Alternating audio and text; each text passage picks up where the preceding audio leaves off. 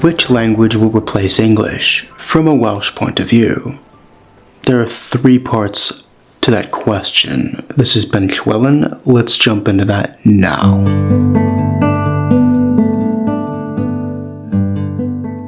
The first part of that question, which language? So in this video I'm going to go through languages, some of the world's biggest languages, and just kind of explain, well, what are the likelihoods of those languages reaching a point where they could replace English someday as the common language, the dominant language?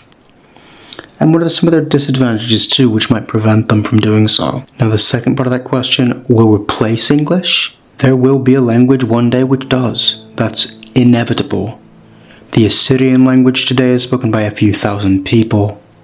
I'll put the exact number here, it's probably more, but it used to be the language of the biggest empire at that time in the world, and now it's a drop in the ocean. The Latin language disintegrated into dozens of other languages, so English will go its own way, losing power as the dominant language of the world. That cannot be stopped, but it's going to be a long time. Or will it? We are entering a multipolar world, which brings us to the Welsh point of view. We Welsh speak a minority language, or a smaller language even. And so when someone from, say, Birmingham comes into our country from England, we tend to say, okay, well, we'll speak in English, because that's the common tongue around the globe, which puts our culture in a very unfavorable position.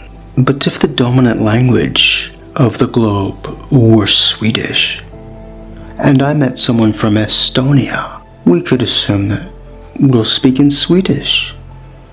And it would even reach the point where someone from Bristol in England came to our country. Well, why would we speak English if the common tongue is Swedish? Which would mean that our cultures were on an even playing field. It would favor Welsh much more than the present situation.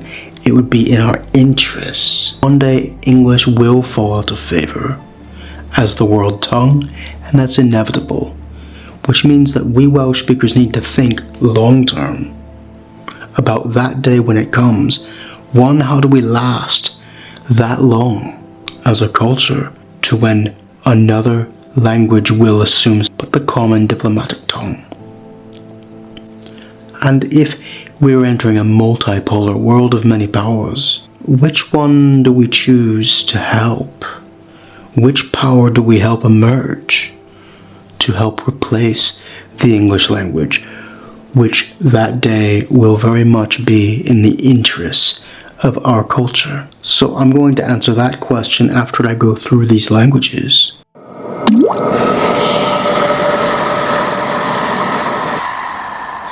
Spanish, an obvious contender to be the next lingua franca, which replaces English.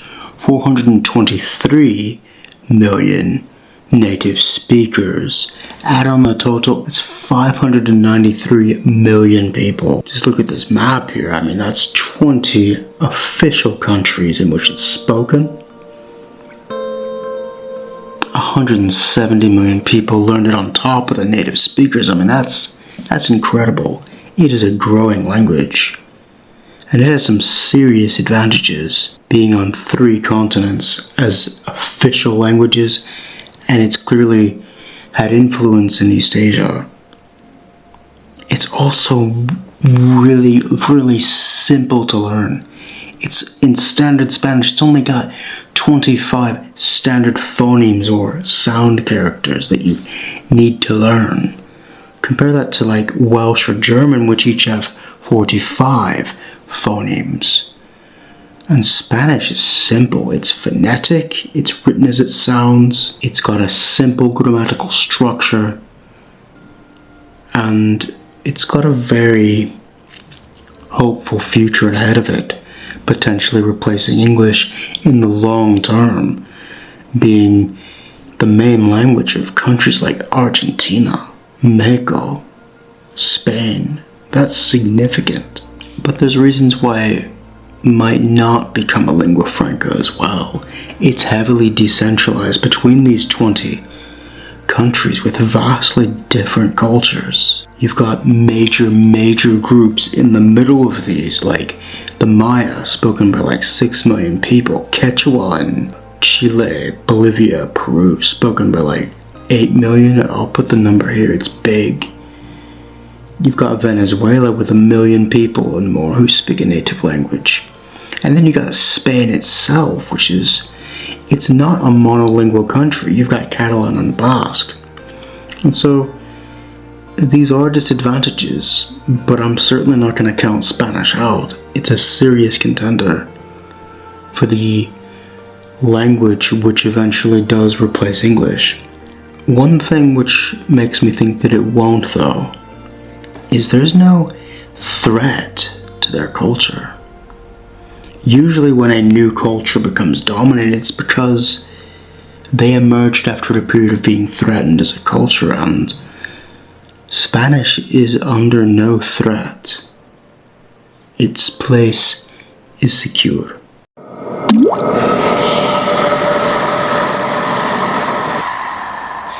Still in the Americas, partially, Portuguese, spoken natively by 250 million people.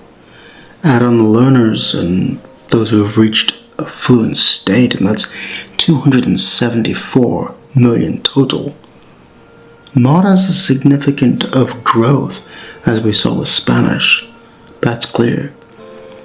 But Portuguese does have an advantage in that Brazil is a seriously large country, and the positions at which Portuguese are on the map means that if they ever worked together, Portugal, Angola, Brazil, small bits here and there, they could expand and control the South Atlantic.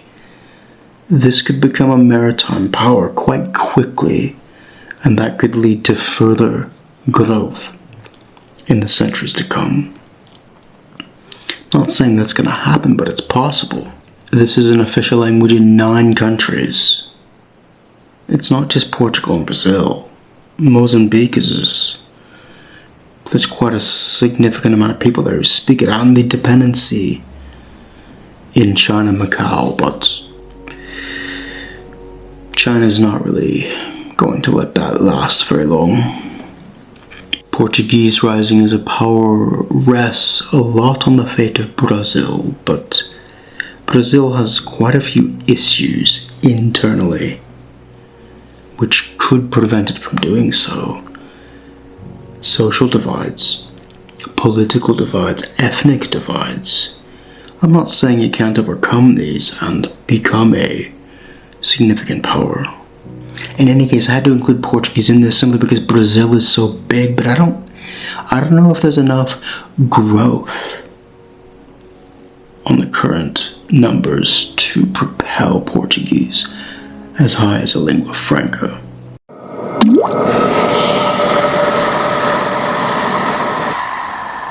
Arabic is the native language of 274 million people. The modern standard Arabic is 280 million, but that's not the same thing as learning it. And that's a weakness that Arabic has that's kind of disguised there.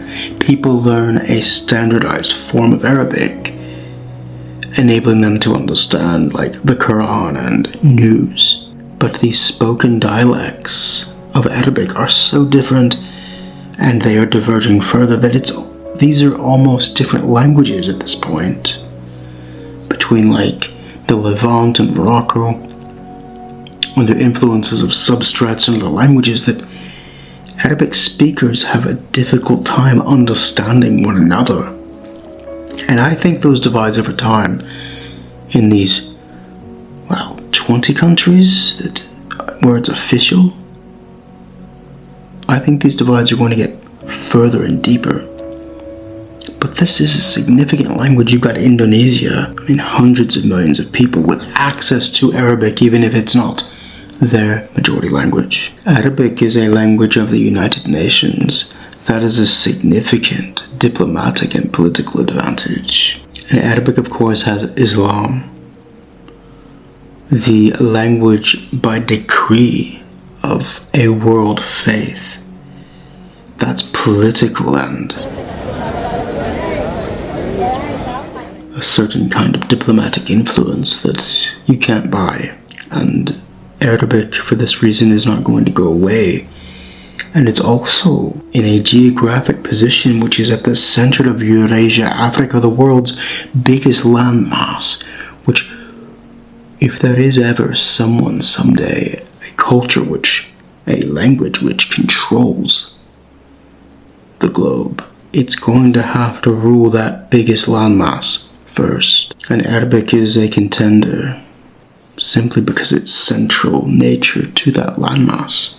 But I find this very amusing in that there's one point which you need to control all of Eurasia and Africa.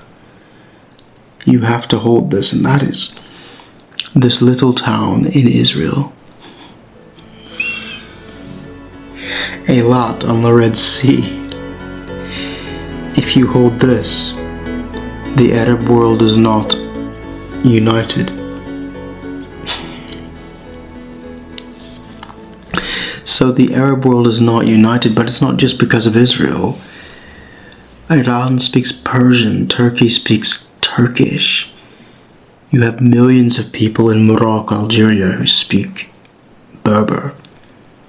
And so, whilst the Arab world appears on first glance to be this unstoppable Goliath, united in this faith, it's very divided, and I don't think it's going to quite get over those fissures. But who knows? I wouldn't count Arabic out of becoming the next lingua franca.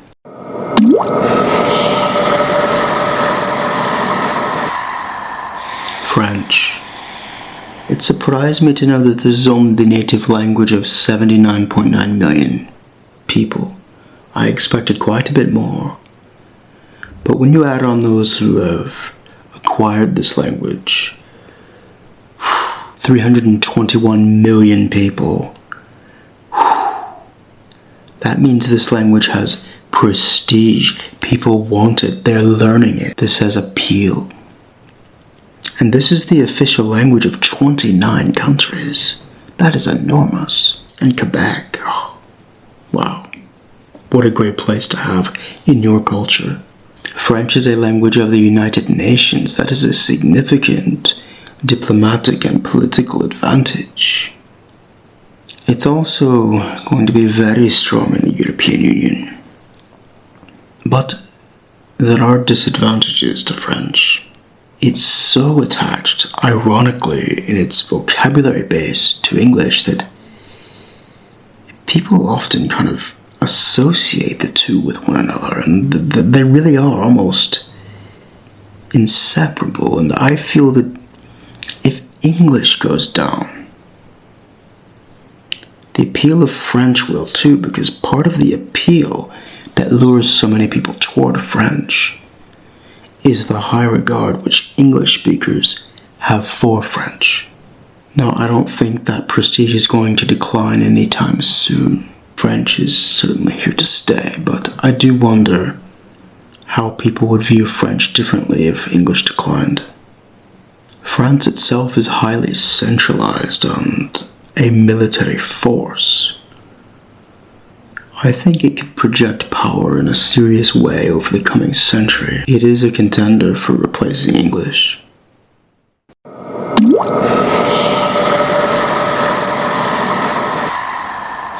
Hindi has immense potential. 343 million native speakers. 602 million altogether speakers. That is immense.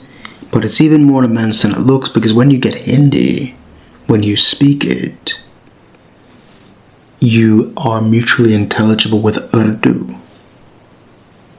And that's not a small language. Some would even consider it's a dialect of Hindi or vice versa. I'm not going to get into that argument, but look at this. Urdu.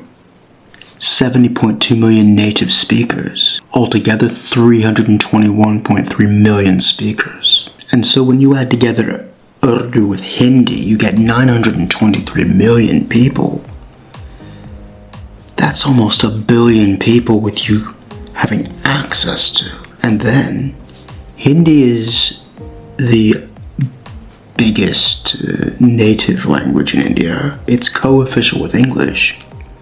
There are 22 other languages, which that's a disadvantage for it becoming a lingua franca, but if Hindi is the dominant language in the state, and it has the resources of all those other millions of people, that's an advantage. It's also official in Fiji, where there's like, 200, 300,000 people who speak Hindi. That's immense. It's official in, I think it's a recognized language in South Africa, and you get communities in Indonesia, and official in United Arab Emirates. So this has quite a significant influence upon the Indian Ocean, and if it grew that and expanded that, it could really become a true lingua franca. But I don't think it's going to get as big as that because of these other languages in India. And Indian identity is polytheistic, polylingual, polynational. It's not a centralized thing. India never has been, and that's part of its strength in that it's not going to rely upon Hindi. It's going to rely upon all of its languages and cultures to lift India up. And that's fascinating, I think. But it does mean that it's likely to prevent Hindi from becoming a global lingua franca like English, which is already co-official in India. So whichever language comes to replace English, they'll probably just slot into English's place and have that be the co-official language. In any case, India has a lot to offer, and Hindi is growing.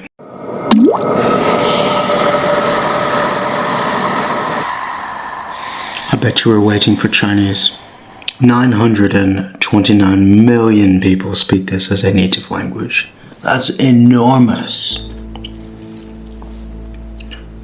1.118 billion people speak it total. I mean, China is massive. The economy is massive. And it's like a documentary comes out daily on YouTube saying that China's going to take over the world. And obviously it could be the language, the lingua franca that overtakes English. But I don't think so. And here's why. It's only official in 4 countries for that many people. Almost all of them in China. Communist-controlled China, which is the majority of it. You've got Free China, that's Taiwan. You've got Singapore. I mean, 57% of Singapore speaks Chinese. That's a majority, and whoever controls Singapore controls the Malacca Strait, which is the most important waterway for business connecting East Asia and the Indian Ocean. I'm sure India is very worried about that. I mean, I would be. China's not really a nice guy. But when I look around the world, I don't see a lot of friends. Despite all those numbers, China doesn't really have a lot of friends. So I'm not counting China out, certainly. But you're gonna have to make a few more friends if you want to rule the world. You can't rule the world without friends, can you? You just can't.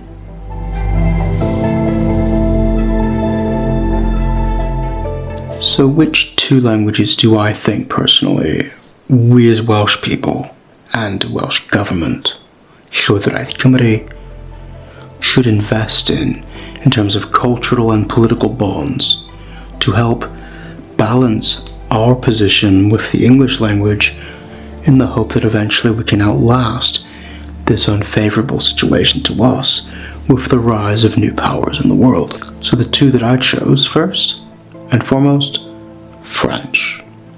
le français. It's Western, it's liberal, it's democratic, we have historical roots and trading links with all of West Africa. But French gives us two places which are very important to us, in my opinion. Bretagne, our fellow British language origin speakers live under the French state, and it's important we ferment and cement those ties. Canada, this is a Commonwealth nation, and you've got Quebec, and I think we can learn a lot from Quebec. I think this would be very advantageous for Wales if French rose to prominence and replaced English. It would be very good for us, and I think we should begin investing in that to see if it eventually happens for us and make it our third language that we teach in our schools, primarily. The other language that I think would be a good investment for the Welsh nation and language is Hindi. Because we speak English already, and that's a co-official language in India, this gives us a foothold into India, which we can use to promote our culture, and I would like to express my gratitude to India. You banned TikTok. This helps me as a YouTuber. You help me, I help you. Thank you, India. It's appreciated. But seriously, India is the world's biggest democracy, and China is the biggest threat globally to democracy, and if we value democracy, we should support India and invest in India. Which of those languages do you think will replace English? How long do you think it will take? How many centuries before us will it take? Do you think it will happen quite rapidly? Let me know in the comments. And diolch yn fawr iawn am gwylio. Thank you very much for watching. We'll see you in the next episode.